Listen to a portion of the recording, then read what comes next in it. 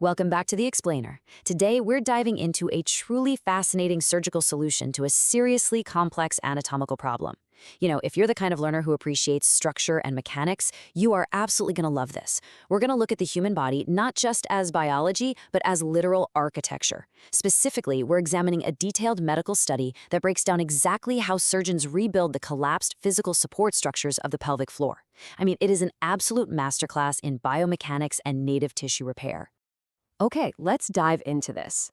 The source material we're analyzing today opens up with this powerful quote from Richard W. Talende way back in 1966. He pointed out that while these operations can be highly successful, the cure is difficult and requires a great deal of surgical ingenuity. And honestly, that perfectly sets the stage for our explainer today. We're looking at a highly refined transvaginal approach to fixing pelvic organ prolapse. It's a procedure that doesn't just cut and sew. It demands an artistic, structural ingenuity from the surgeon to actually restore normal anatomy. So, to understand how surgeons tackle this, here's our roadmap.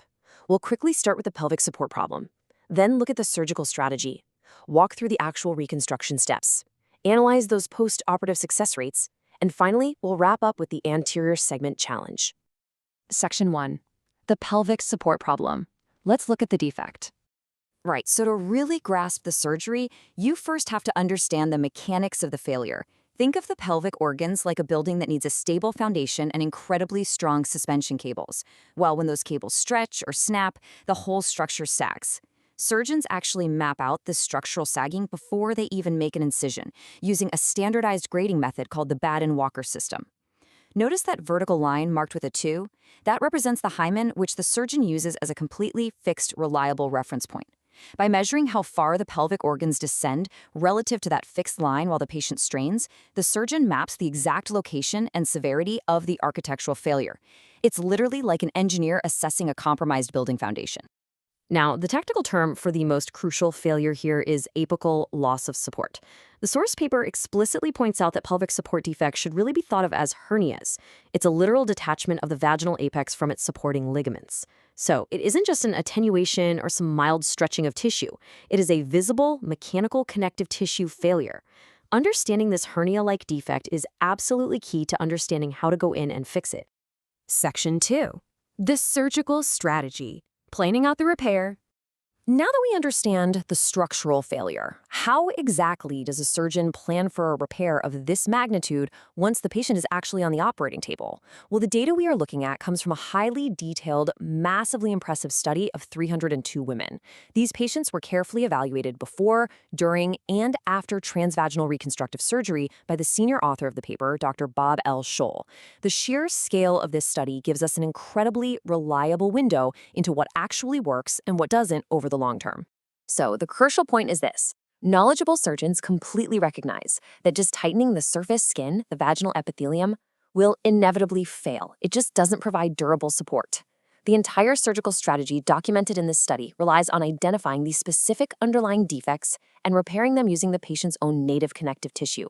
No synthetic mesh, no artificial grafts in these primary repairs, just utilizing the body's existing, incredibly strong uterosacral ligaments. Section 3. Transvaginal reconstruction steps. The surgical approach itself. Get ready, because we're about to take a fascinating, step-by-step visual journey into the actual surgical technique. The surgeon follows 4 precise sequential phases to basically rebuild this biological suspension bridge. First up, they locate the remnants of the original support ligaments. Second, they anchor strong sutures right into them. Third, they weave those sutures into the surrounding fascia. And fourth, they tie it all together to lift and restore the apex. Looking directly inside the procedure here, the surgeon has identified those uterosacral ligaments. Those are the strong biological cables we just mentioned. The surgeon is actively placing up to 3 non-absorbable braided suspensory sutures into each side. And the paper notes a really brilliant technical detail here. To minimize the risk of accidentally injuring the ureter, the tube carrying urine from the kidney, the surgeon always passes the needle from lateral to medial.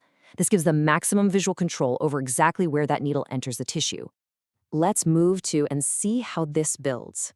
You can see the arms of the suspensory sutures are now being carefully passed through specific fascial layers, the pubo-cervical fascia in the front and the rectovaginal fascia in the back. The surgeon is essentially threading the structural cables right through the floorboards of the building, preparing for a massive, coordinated lift. Then comes the dramatic, mechanical moment. The surgeon ties the sutures in the exact sequence they were placed. As they tighten those knots, you can actually see the transverse portions of the fascia being pulled completely together right at the apex. This closes the hernia-like defect entirely. But wait, there's more.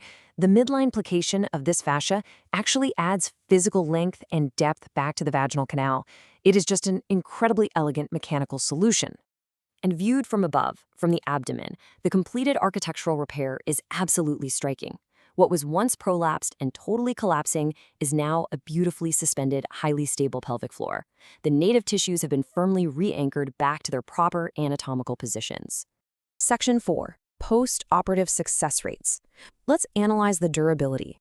Now, the true test of any architectural fix is how well it holds up to the stresses of daily life over years. And the data here is incredibly triumphant. Out of the nearly 300 patients who returned for follow-up, an overwhelming 87% had optimal anatomic outcomes. That means they had absolutely zero persistent or recurrent support defects at any pelvic site. The native tissue repair just held beautifully. Breaking down this massive success across the specific pelvic sites reveals some truly incredible results.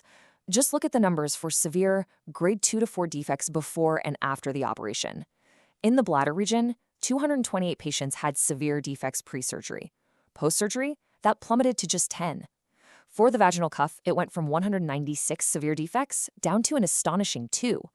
The rectal area dropped from 136 down to just 4. I mean, this clearly illustrates the massive overall success of utilizing the patient's native uterosacral ligaments. And this brilliantly illustrates the long-term reality.